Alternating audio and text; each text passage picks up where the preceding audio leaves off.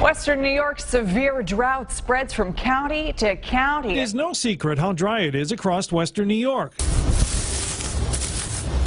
This drought that we're in right now in Western New York beginning to drain farmers' bank accounts. In the left hand is a normal-sized peach, and in the right, peaches grown in a Niagara County orchard without irrigation. We've never had a drought like this one, according to my father, who's 86.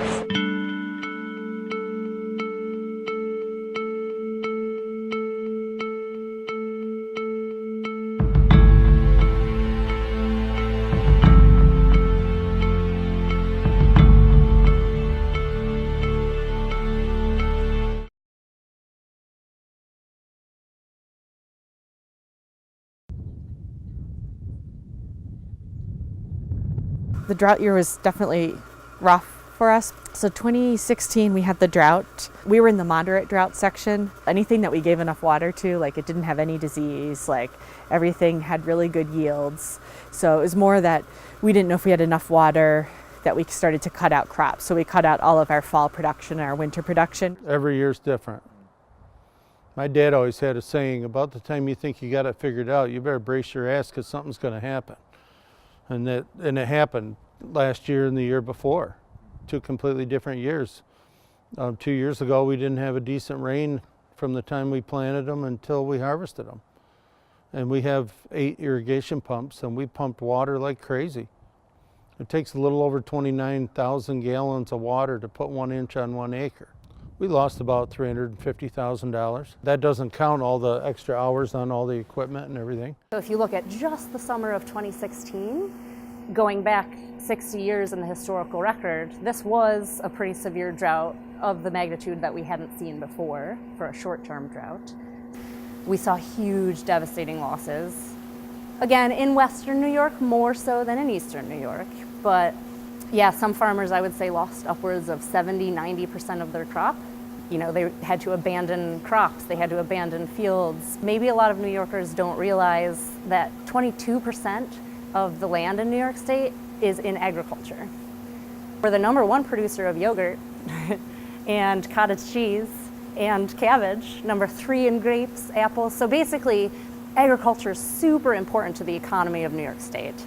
And in New York, we're really privileged to be able to have a lot of these farm-to-table opportunities where we don't have to buy in too much produce from outside of the state. So that's a privilege that we could start to see wane away if we don't help protect the agriculture and protect the lands and adapt to climate change.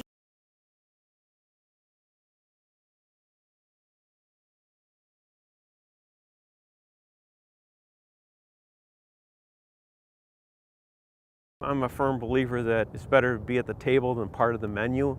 You need to participate in government. You need to get out there and talk to legislators. Even though you might not think you're getting through, they got to know you're there. The key is don't give up, even though it's frustrating. My wife will ask me, point out how many times I've said, well, maybe I shouldn't even bother this year. But it needs to be done. Somebody's got to do it. It's something you got to do to represent your industry and represent the people of your community.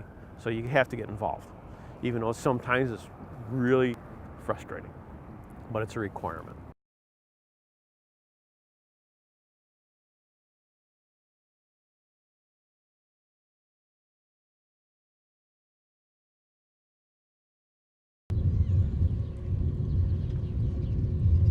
Hasta mañana.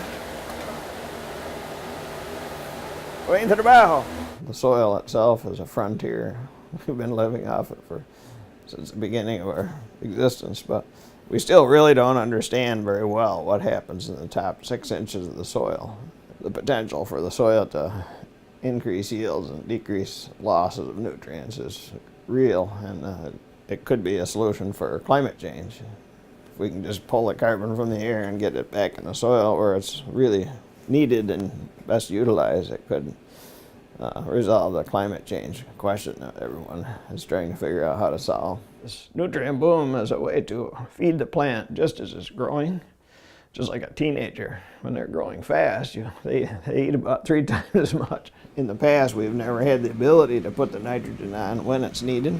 So we need to figure out how do we just put just the right amount on just at the right time so the plant can be as tall as possible without having excess that is lost and causes harm to the environment. The night crew is going home and the day crew is arriving. Hey, Esteban. Buenos días. ¿Cómo está? Bien, gracias. Bueno, frío. Mucho viento.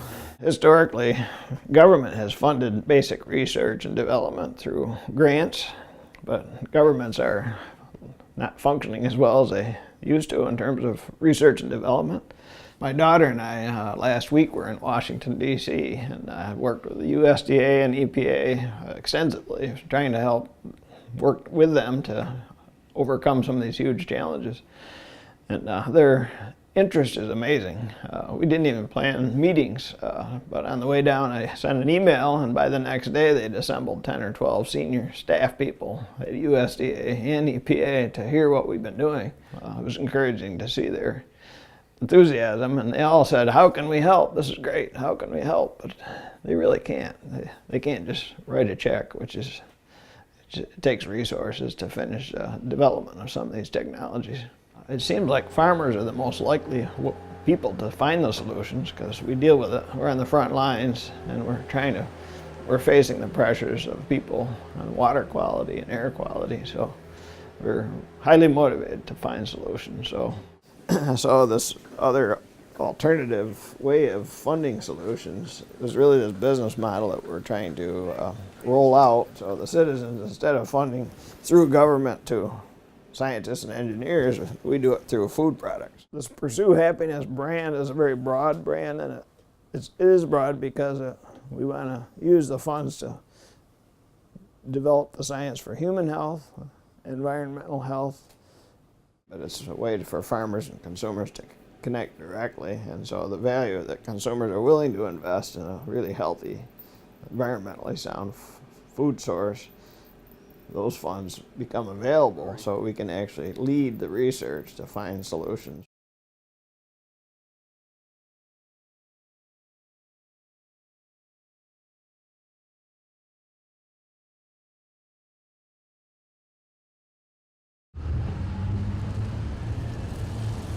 You can sit down in the office all winter long and come out with a perfect on paper plan of what fields you want to get on first, but when it comes down to it, the weather dictates everything that you do.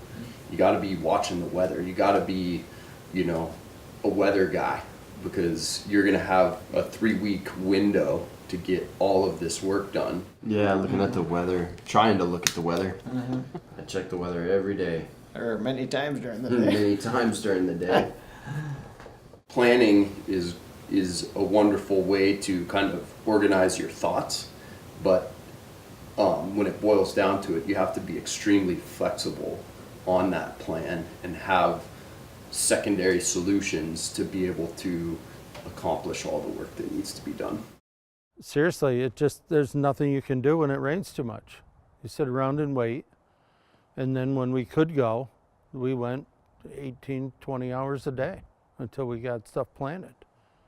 It's just what you have to do. I always figure that's why they make beer, so you don't completely fry your nervous system with those types of seasons, It's not like a factory where, hey, I'm going to go to work at 8 in the morning and I'm going to do a certain thing until 4:30, 5 o'clock at night, and then I'm going home. It doesn't work that way around a farm. You've got to do what you have to do when the weather's right. And I have no idea what this, some people ask me, what's this year going to be like? I'll tell you in November.